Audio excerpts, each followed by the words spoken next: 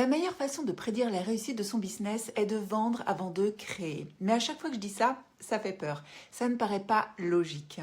En fait, on fait tous le contraire quand on s'installe et c'est une grosse erreur. Je t'explique. J'ai fait la même chose il y a 17 ans quand je me suis mise à mon compte. J'ai commencé par être super excitée à l'idée de faire enfin ce que je voulais de ma vie. Je me suis installée en tant qu'entrepreneuse, j'ai créé ma carte de visite, mon logo, j'ai créé mon site internet et j'ai commencé à en parler un petit peu autour de moi.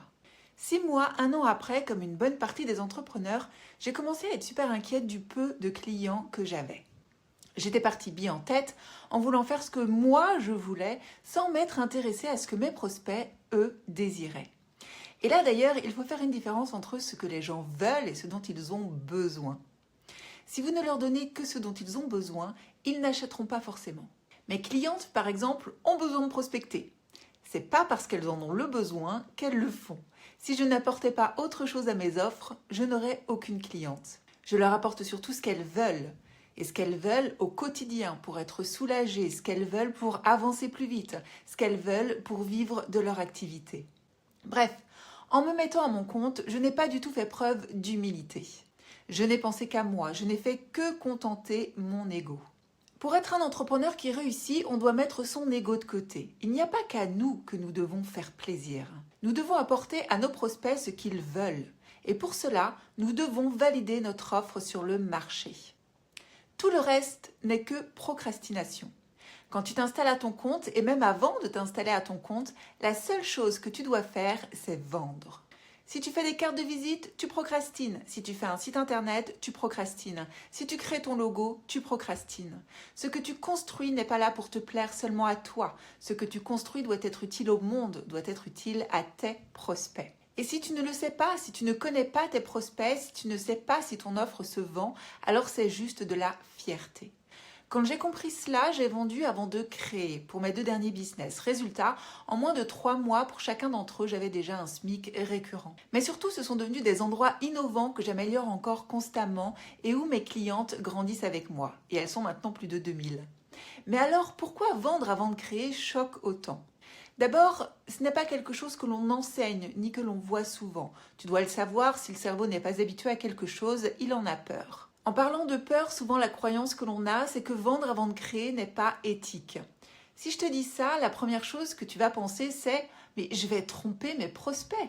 Nous avons d'abord cette croyance-là car on nous a appris que le travail devait précéder l'argent.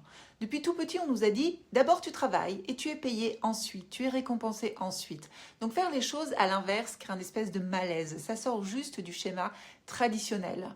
D'ailleurs, en allant plus au cœur de cette idée, nous le savons, nous les femmes, nous avons trop longtemps intégré qu'il fallait d'abord prouver, qu'il faut d'abord mériter quelque chose, il faut d'abord donner beaucoup avant d'oser demander.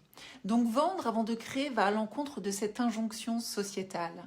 Finalement, ce qui choque, ce n'est pas forcément la méthode, mais c'est peut-être le droit de recevoir avant d'avoir donné. L'autre raison pour laquelle tu peux penser ça, c'est qu'encore trop souvent, la vente est associée à tromper les gens, forcer quelqu'un à acheter, exagérer ou promettre trop.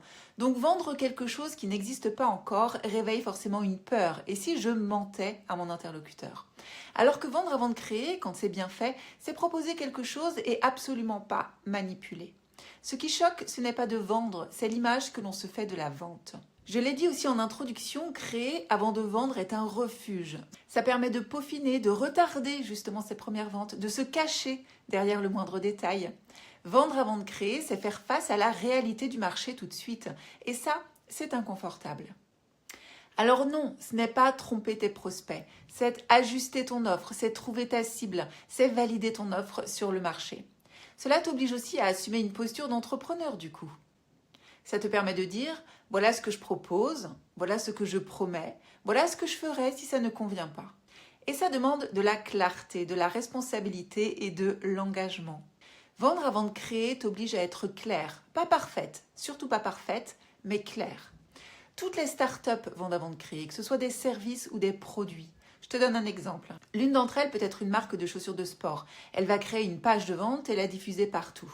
Selon le taux de conversion de cette page de vente, elle mettra les chaussures en production ou pas. Soit elle remboursera les gens en expliquant que la production n'a pas pu se faire et elle réessayera un nouveau concept, un nouveau visuel sur une nouvelle page de vente en améliorant la chaussure, la forme, la texture, la matière, les couleurs. Soit il y aura énormément de ventes et dans ces cas-là, la chaussure part en production. La plupart d'entre nous n'avons pas les millions d'une start-up. On va donc nous épargner la page de vente et la diffusion massive. Par contre, il n'en reste pas moins que la méthode est vitale. Nous devons vendre avant de créer, que ce soit un produit ou un service. Donc si je résume finalement, vendre avant de créer, c'est accepter d'être payé avant de travailler.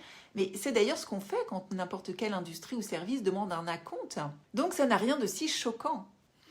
Vendre avant de créer, c'est aussi avoir le droit de recevoir avant d'avoir donné. C'est accepter d'avoir une posture d'entrepreneur. C'est accepter de vendre et vendre ses biens. C'est rendre service à quelqu'un, c'est transformer la vie de vos clients.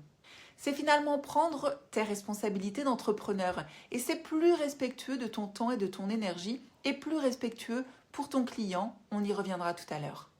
Mais alors, comment présenter une offre qui n'existe pas encore ? Vas-tu me demander ?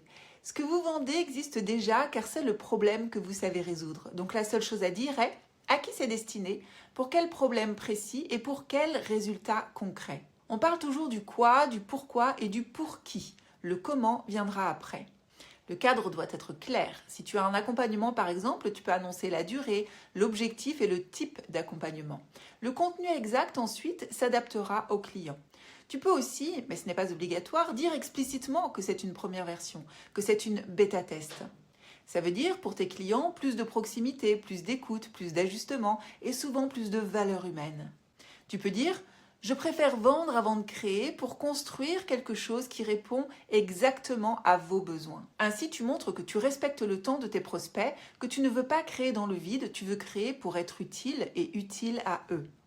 Tu peux ajouter des garanties si cela rassure tes prospects.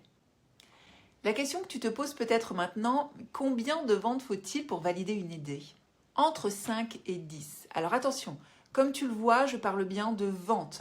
Il faut que tes prospects aient sorti leur carte et payé pour rentrer dans ton offre. Là, tu pourras clairement dire que tu as vendu avant de créer, que ton offre est validée par le marché, ce qui te garantit ton succès futur. Ces ventes doivent être réalisées dans les 30 prochains jours. Je t'invite à regarder mes autres vidéos pour choisir le bon canal et la bonne stratégie marketing pour que cela se fasse dans les temps. D'ailleurs, on t'aide aussi dans notre réseau d'affaires à vendre ton offre puisqu'on va pouvoir te recommander plusieurs fois dans la même semaine. Je t'ai mis un lien dans la description pour venir à notre prochaine réunion d'infos. Attention vigilance, vendre avant de créer, ce n'est pas vendre et créer dans la foulée. C'est vendre, écouter, puis seulement créer.